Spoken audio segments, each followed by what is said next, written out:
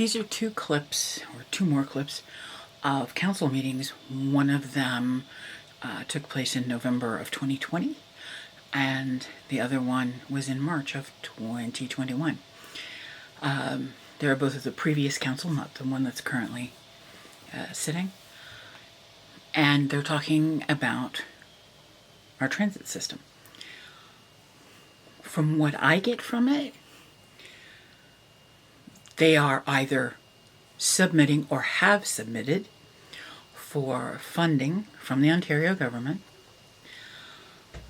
in order to replace money lost through COVID, and also money to help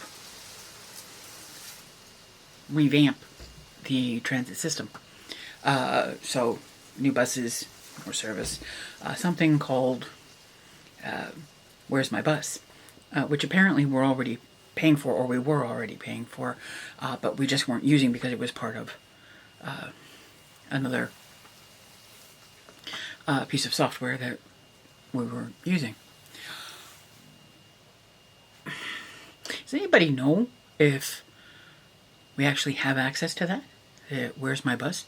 I don't know myself, but if we do, that's great. If we don't, then why not? And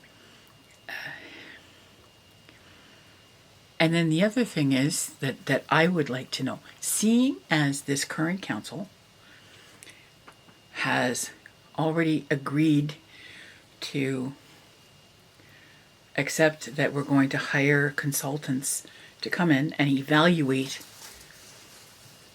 our transit system and have discussions with the public on what's required and so on, and then make recommendations for that.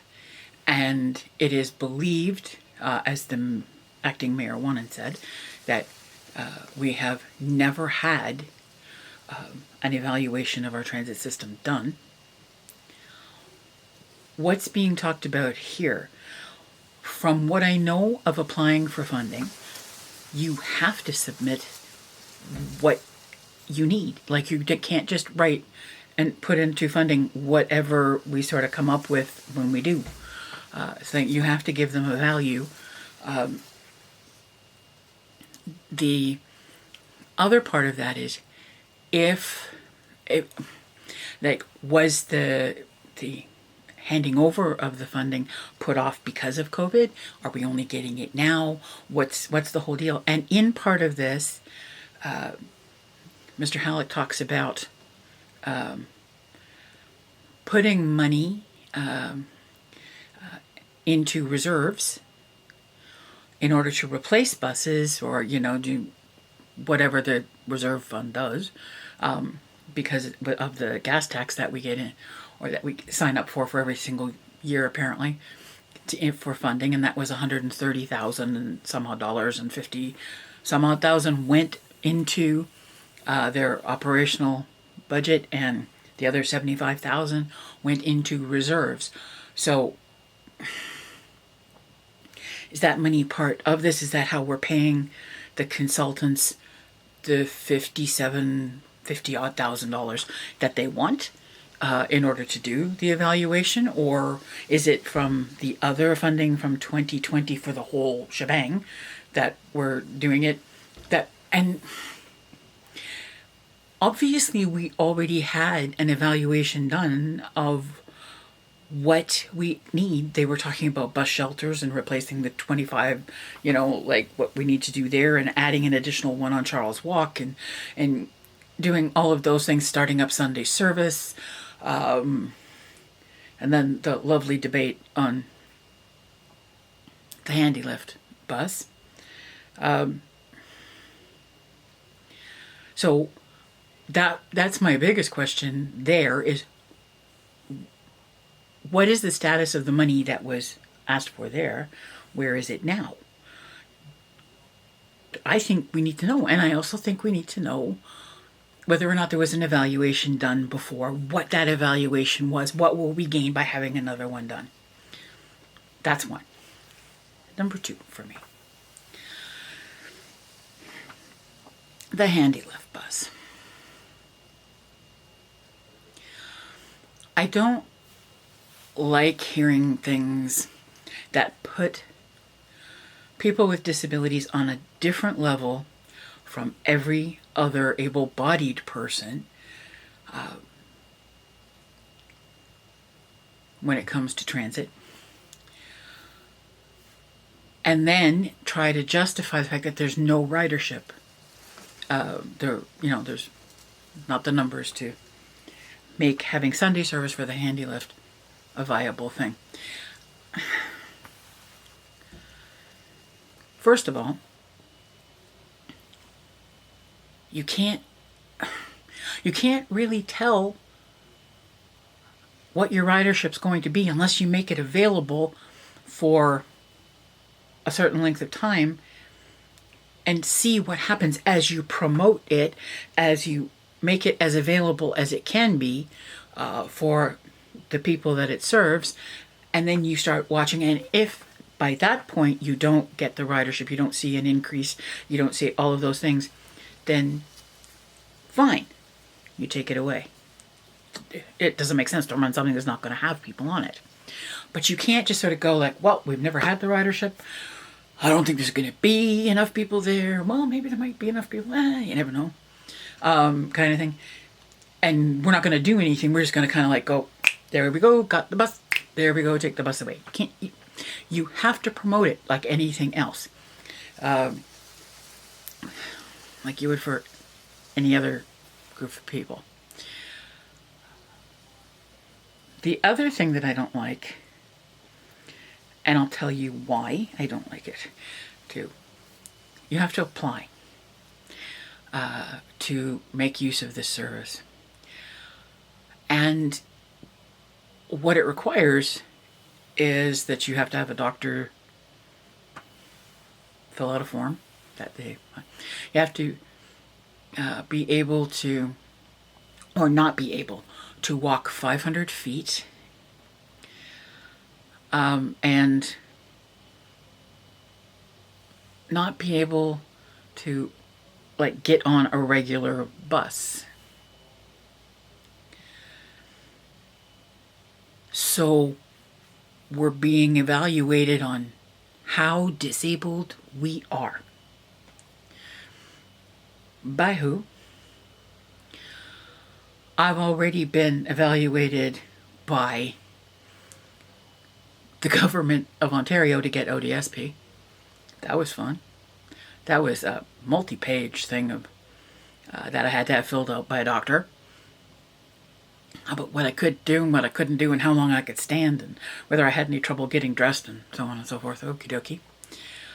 All in order to find out that I could be paid money that the government will take back whatever they feel that I won't use. But okay. And in order to get the disability tax credit, I would have to have, and I tried doing it, and they need more information, the Canada Revenue, in order to get the disability tax credit, that so that they can decide if I'm disabled enough to have money back on my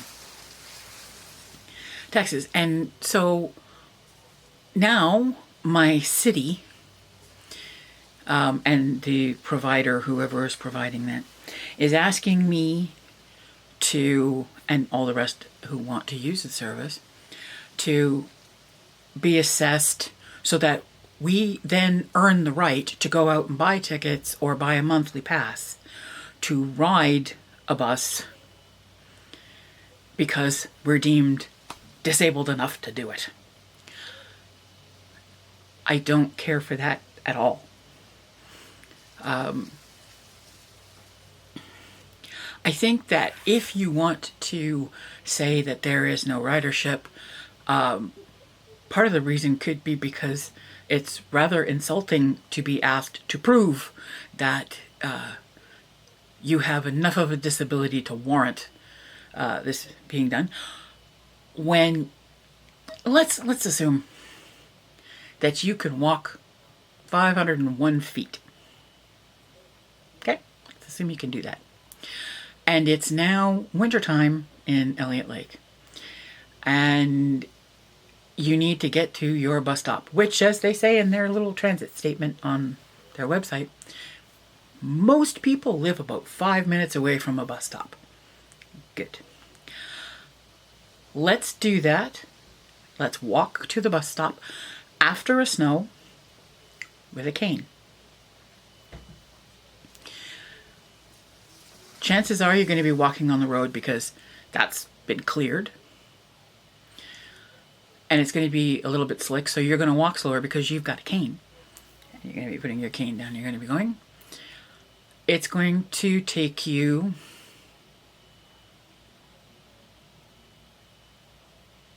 maybe 5 minutes, maybe 6 to get there, maybe 10, depending on how much snow fell. And then you're going to get there and you're going to wait for the bus, where there may or may not be a shelter.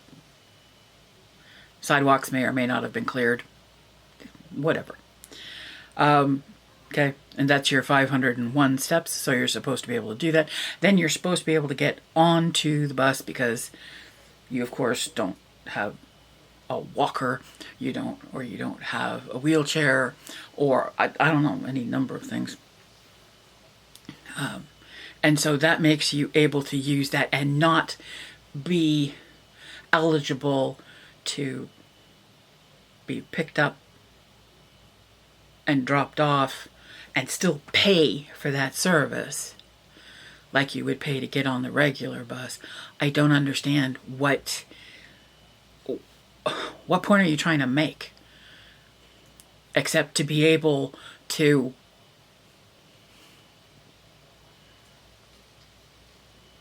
make us less even in our own eyes, because we aren't able to live up to either standard. And so my best guess, shop online. That's my thought on it, at any rate. And from what I heard on here, there's a lot of money that needs to be accounted for somehow. And there's a transit plan that we need to talk about that may or may not exist. And if it does, like it says on here, on all of the things that I found, and I found more than the 2 clips that I gave, but it was enough to give the idea. And I think that the city also needs to think about its accessibility issues when it comes to serving the disabled community.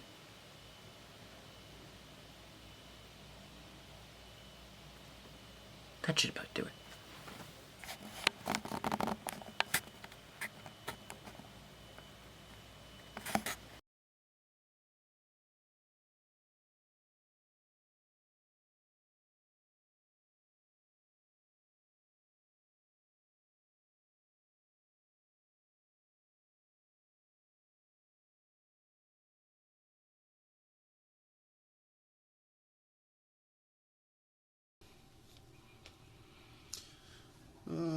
Okay, 6.3, report from the Director of Public Works, enhancement to the City of Elliot Lake's transit services.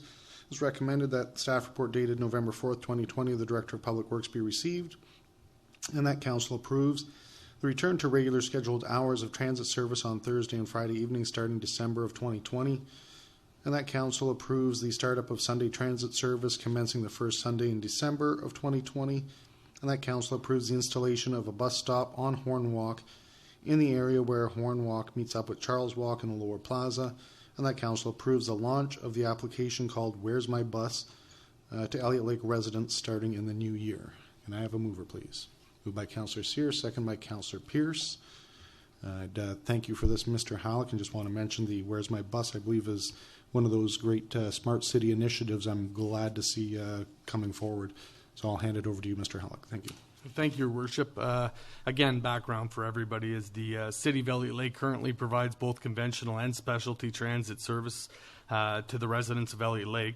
Both services are delivered following the same weekly 6-day schedule, which normally has the buses operating from 7 a.m. to 9 p.m. on Thursday and Friday of every week. In March of 2020, the COVID pandemic was announced by the World Health Organization, forcing municipalities to follow direction given by their local health units to prevent the spread of the virus. This allowed staff from the City of Elliot Lake to take measures to ensure the practice of physical distancing, as well as supplying certified personal protective equipment and verifying proper disinfection procedures were followed. Following the steps taken by the Ontario Public Transit Association, the City of Elliot Lake installed plexiglass barriers on all their conventional buses, reduced the regular scheduled hours of service on Thursday and Friday evenings, supplied personal protective equipment to both the drivers and passengers, and offered free transit services. All these measures taken reduced the handling of money and in-person renewal of bus passes and protected both the driver and passengers from spreading the COVID virus if infected or potentially. With the holiday season fast approaching and the existing businesses as well as two new businesses in the Pearson Plaza opening, staff is requesting to return to the original scheduled hours of operation, which is to 9 p.m., where currently the buses are finishing at 6 p.m. On both Thursday and Friday evenings.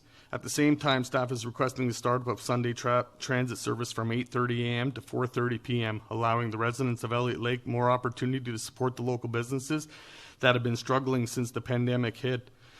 With all the procedures in place and being followed properly, transit staff remain confident that there is no chance of being affected by potentially infected, if there was a potentially infected passenger, with all the rules being followed.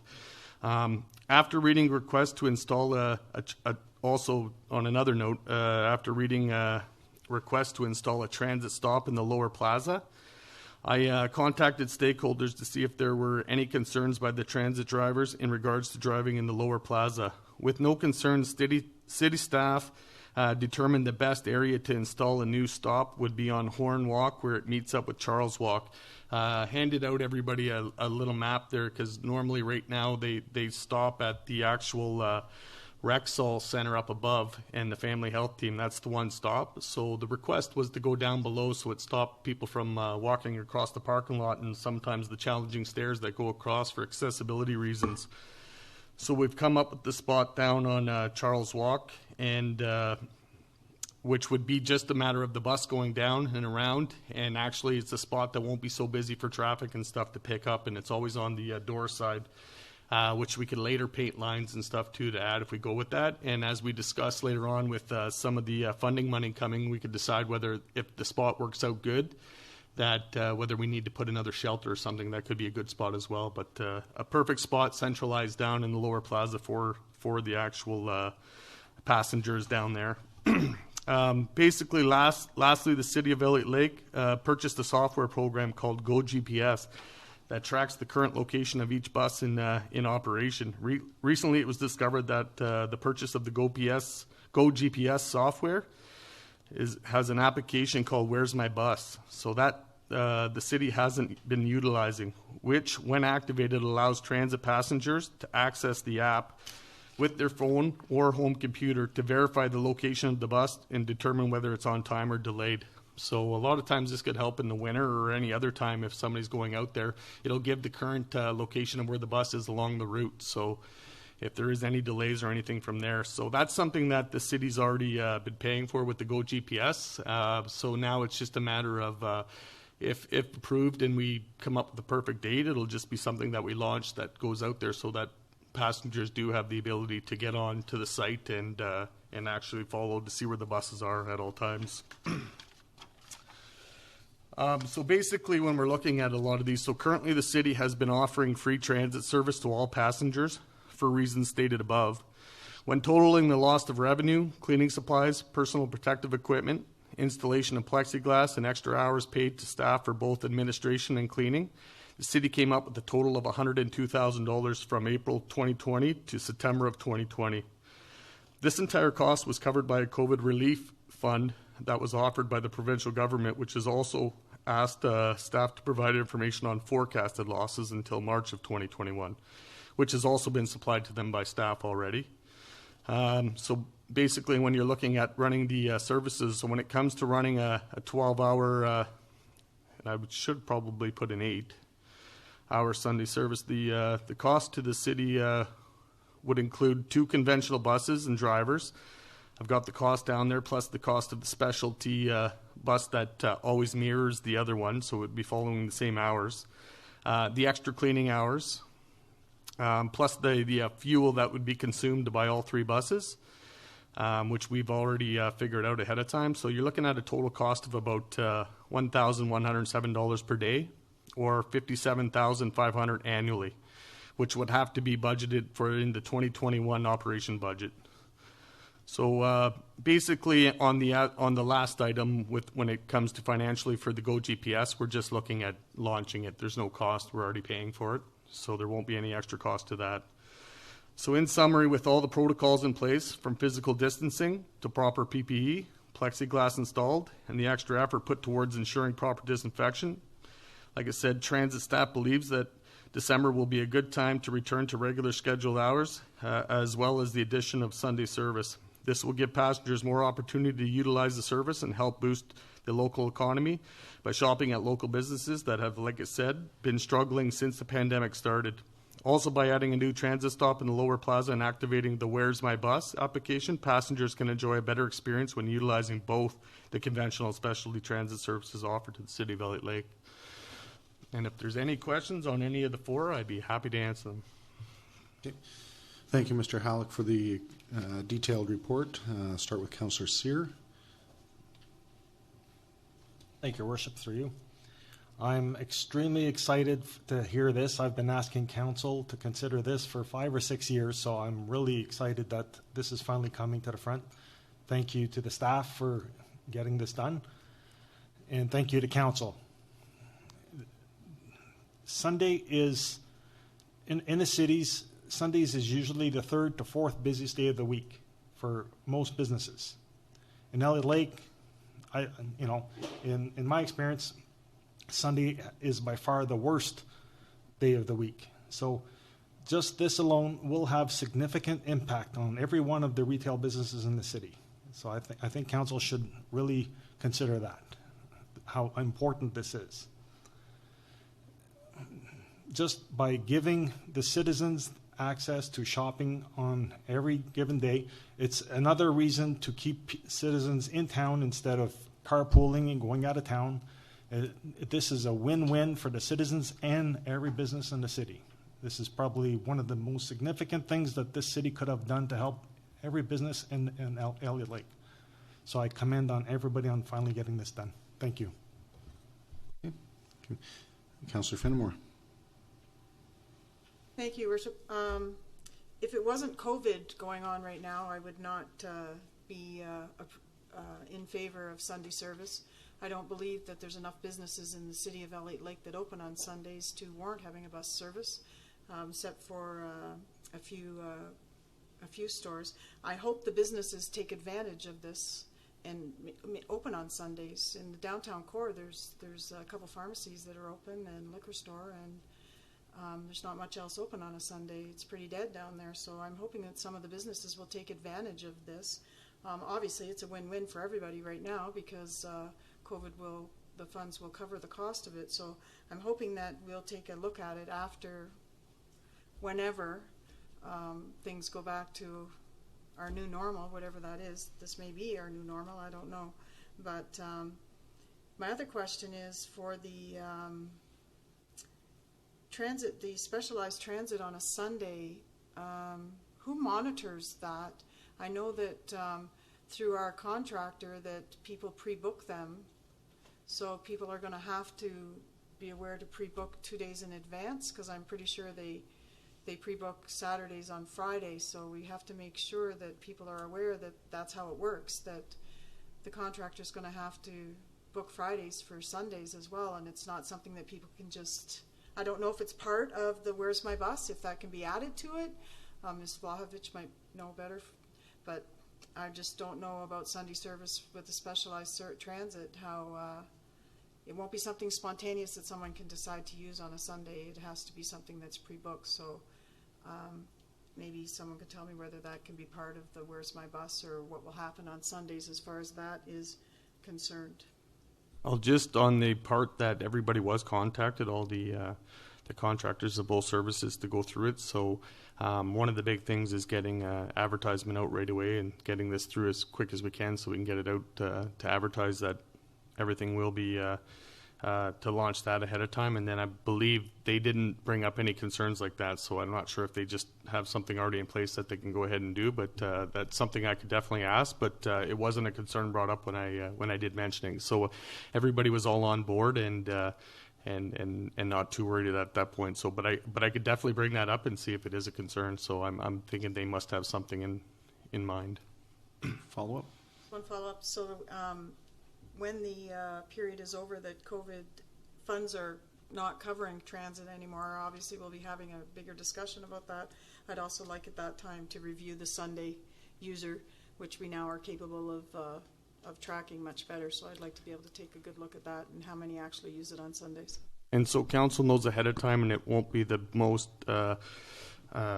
efficient at the beginning, but we'll be watching to see the numbers by asking the drivers at the beginning, and got off the phone with the software company today, and everything's going to be installed just by the way it lines up. Though it's all being installed in unfortunately in February, but it's all installed at then. So that helps us track that across at that point. But we are going to track it. So a bus driver will be able to tell us easily if it's just not busy or if it is busy, and then we can come up with ways of just trying to promote it better to see if we can get people out. But it will take some time to catch on. I agree. Councillor Patrick. I'm happy to see the Sunday service start because we're not paying for it. It's the best way for us to do the trial run. I'm more concerned, we have been asking for years as a council to give us ridership numbers. Our contractors were supposed to be making sure that they were keeping track. So until the software comes, I get it, the software is automatically going to do it for us. But has our contractor been giving us that tracking so that we're going to have to look at budgeting this in 2021 in our new budget? And I would like to know what those ridership numbers are. So the fact that we're going to be doing Sunday service while it's not on our dime, while the province is funding our transit system, is the best time to get those numbers to start it. There's a ton of reasons why people use transit. It's not just for shopping. There's social, there's Sunday churches, there's a ton of reasons why I've always wanted to see that Sunday test. So it works best that we've applied for funding to try and do this as well. Like we've been trying to get these numbers, but I just want to know, do we have numbers from our current contractor that we can get some numbers in the budget when we start looking at this? We have numbers now. The word the numbers are inefficient is the amount of people that use the bus come back on the bus with a pass. It's those numbers that you're getting reduced numbers if that's what you're talking about. No, we know the number. We know the money. Yeah. The money isn't the issue. It's the ridership. We want that ridership. So regardless, when somebody comes back on the bus, if somebody takes the bus 4 times in a day with a pass, it's still ridership. So yeah, no, that's what I'm saying, correct, and that's why this software is going to give us more efficient numbers is what I... But to me, anybody that's getting on the bus is a rider, whether they're paying or non-paying. And that's what we need as a council, because our transit costs the taxpayers in general. So I want to know what the ridership is. We know our treasurer is going to tell us at the end of the year what we brought in. That gross is the gross no matter how we made that money. I want to know how many people are on those buses every day to see what we're doing right, whether we should be expanding, whether we shouldn't be. And that's why it's so imperative that council gets this ridership quantification.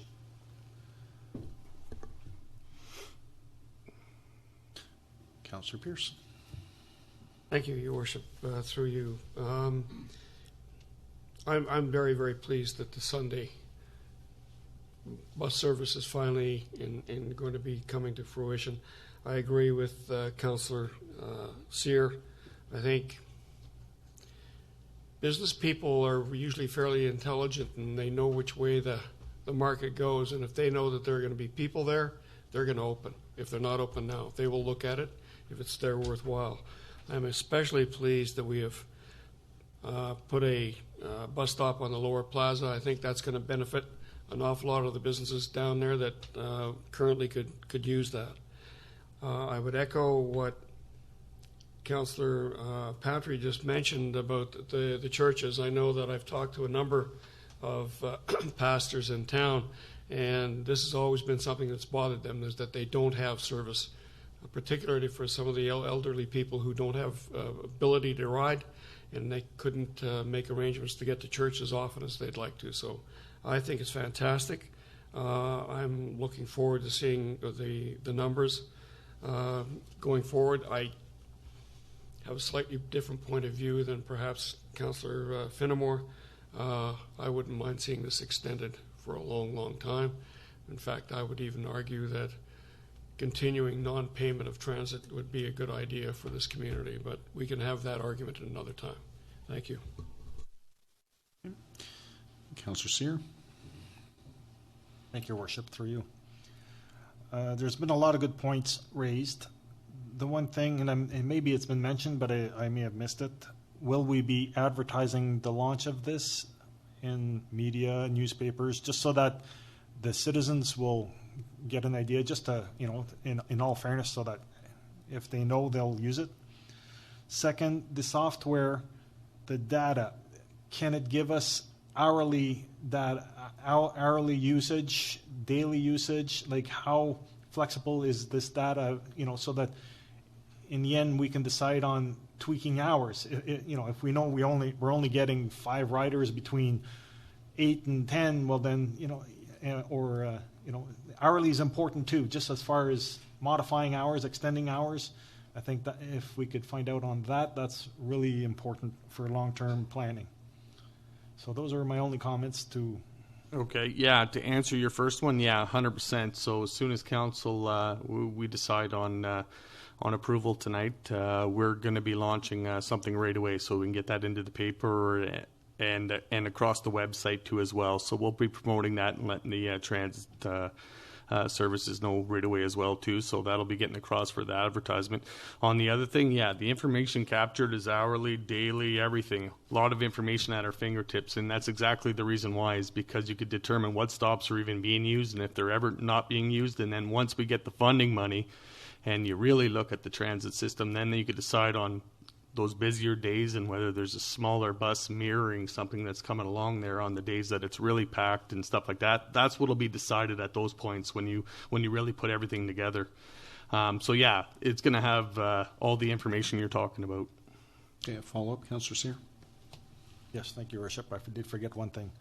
The other comment is, in 6 months or a year from now, if we could have staff do follow-up surveys with businesses and churches and organizations just to see how much of a benefit it's been, that'll help us make the decision on how much of a value it has been too. So just following up in 6 months or years from now, just to gauge the effectiveness, if we've helped, if they're saying they get a 10%, 20%, 30% lift in business, then we know it's really helped. So that would be useful information too, as far as understanding the effect.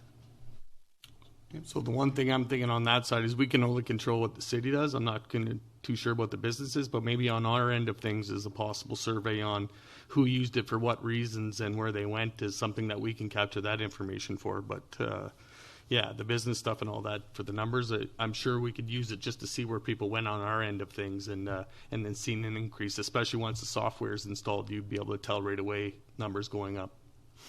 Final follow-up, Councillor Sear. Thank you, Worship. I think my question was more to our economic development, if a business survey could be done so that we can understand the business impact of the transit service. So, I'm sure we can find students in the summer to do some 20 calls a day. My question was more geared to the economic development sector. Thanks. Councillor Turner. Thank you, Worship. I'm glad to see that the GPS system's going to finally kick in and be put to use. The increase of service to include Sundays, I'm hoping that benefits the community and that the ridership is there. And that all fits in with the whole concept of moving towards a green economy. Anything we can do to take one more car off the road, even if we do live in the middle of the bush, it still helps. Every little thing helps. I have a couple of questions here regarding the bus stop in the Lower Plaza. The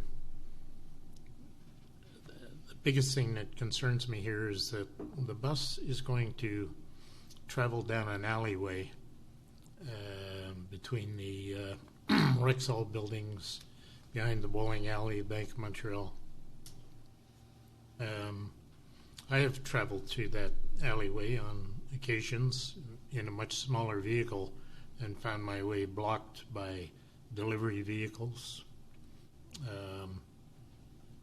I understand why you want to put the bus stop on Charles Walk at Horn. Makes sense. There's a good pedestrian walkway down there. But I'm wondering, did you look at the idea of, instead of turning down the alleyway, perhaps to go around the circle in front of Melanie's instead? And what was the what was the objection to that one? Yeah, we looked at that as well, and it was the fact that going down the alleyway and going on to the other side, it was a little less for the amount of vehicles will be on the Horn Walk side. Other thing too is the actual parking spots that are there too. We'd have to eliminate some in front of some businesses to paint the lines that you're going to need it for actual bus to pull into, which most areas need that designated spot. So that's another thing, you would have to take away spots in front of some of these businesses ahead of time. Not really a big deal to do the full turnaround and head back out, but the other one puts you more on schedule to head down and get right to the next stop that are in line with the actual scheduled, the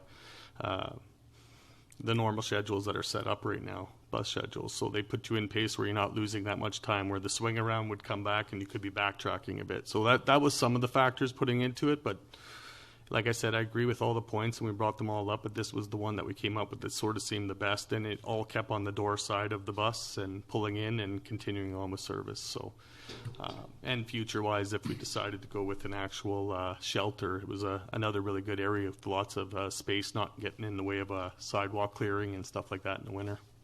I think you said you'd give some consideration to putting a shelter in there, and I would really encourage it. There's a fair wind there. Yes. And there is no place in that wide open walkway for anybody to take shelter. So it could be a miserable place to be waiting for the bus. The numbers that other councillors were encouraging, those are important to us to see whether or not this is successful and whether we're just blowing smoke here or we're actually achieving something. And I look forward to those numbers. Thank you. Councillor Fenimore. Thank you.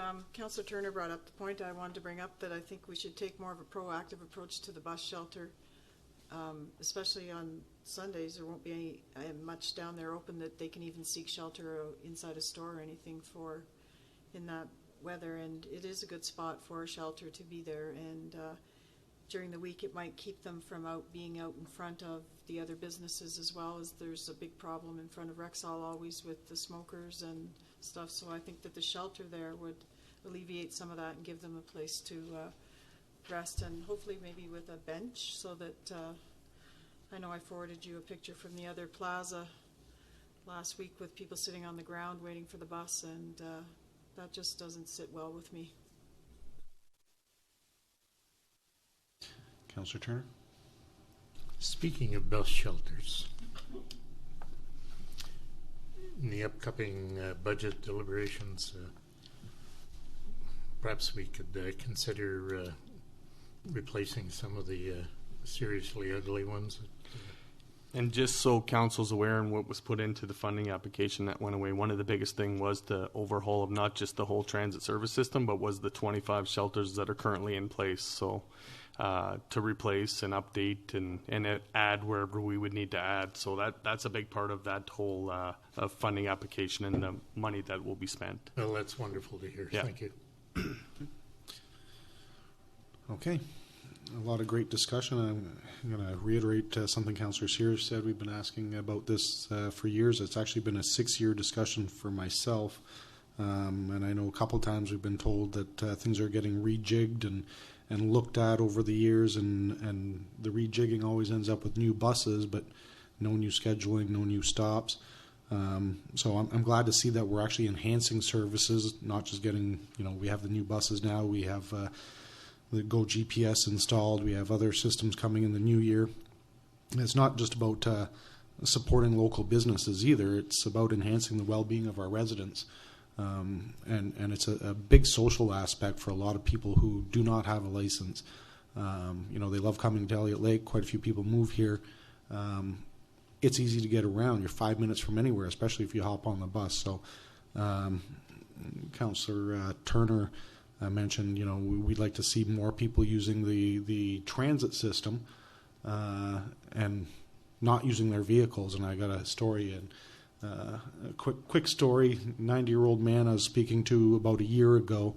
God bless his soul. He was a really nice gentleman who was all excited getting in his vehicle, and he said to me, I just got my license back today.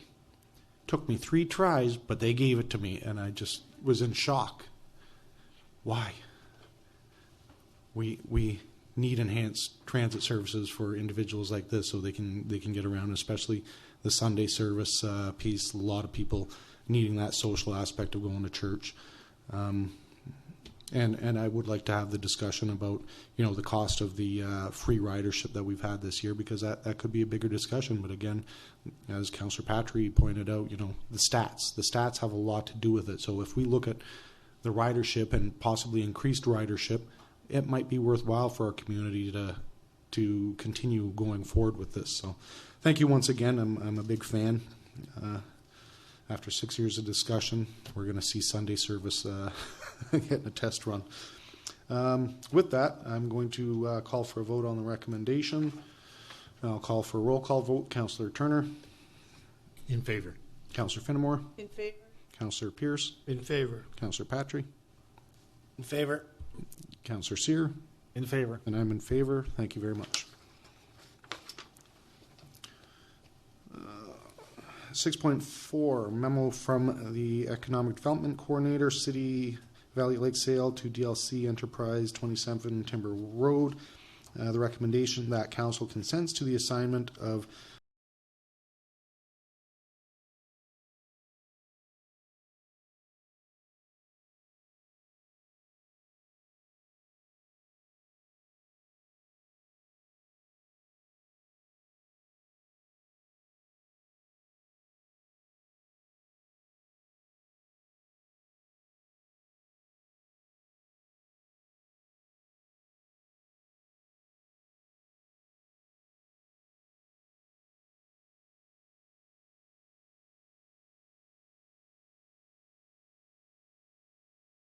Six, introduction and consideration of corporate reports.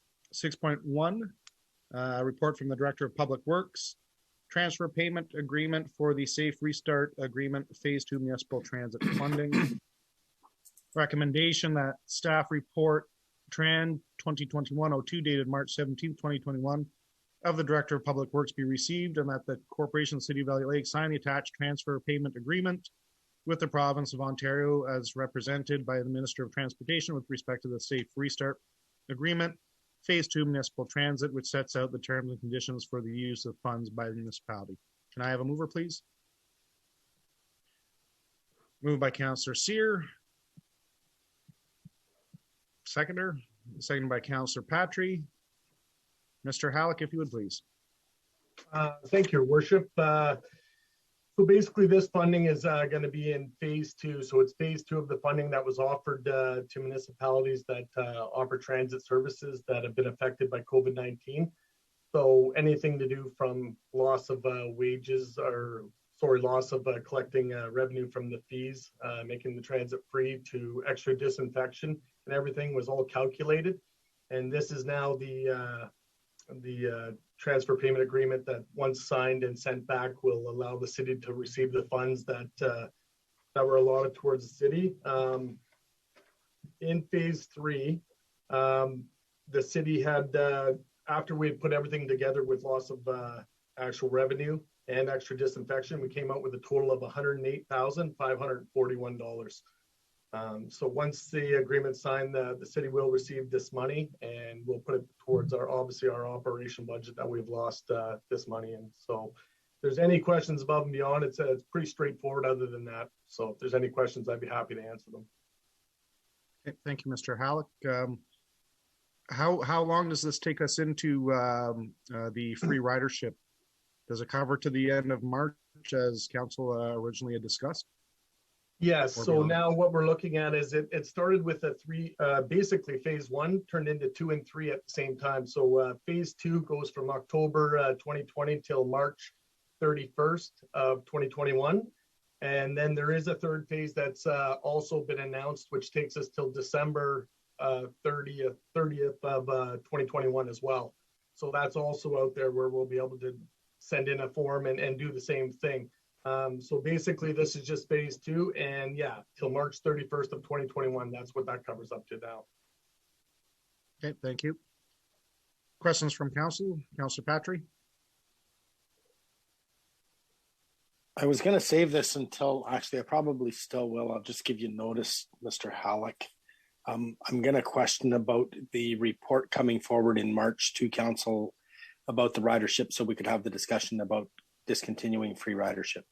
So I'll wait until your actual report comes forward, a couple items down the road. Okay, perfect. Okay. Any other questions about this item? Okay. Good news. Council did something very gracious and good for our community well-being, and the government seems to be covering the cost of that. So that's really, really nice turnaround. With that, I'll call for a vote, starting Councillor Finnemore. Can I ask a question about process? This is a very long agenda, and if we do a roll call for every single item, can we just do a roll call if a roll call is requested by somebody and just show a sign of hands? With all due respect, I'm going to call it if you ask for that. Of course. Okay, thanks. Okay. In favor. In favor. Okay, Councillor Pierce. In favor. Councillor Patry. In favor. Councillor Turner. In favor. Councillor Seer. In favor. Councillor Mann. In favor. And I'm in favor. That's carried. 6.2, report from the Director of Public Works, dedicated gas tax funding agreement. And the recommendation that staff report trans 2021-01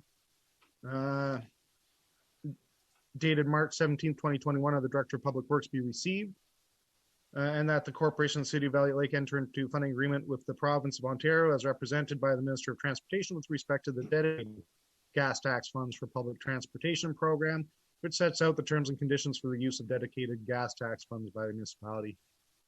Can I have a mover, please? Moved by Councillor Pierce, second by Councillor Seer. Thank you. Again, Mr. Halleck. Thank you, Your Worship, through you.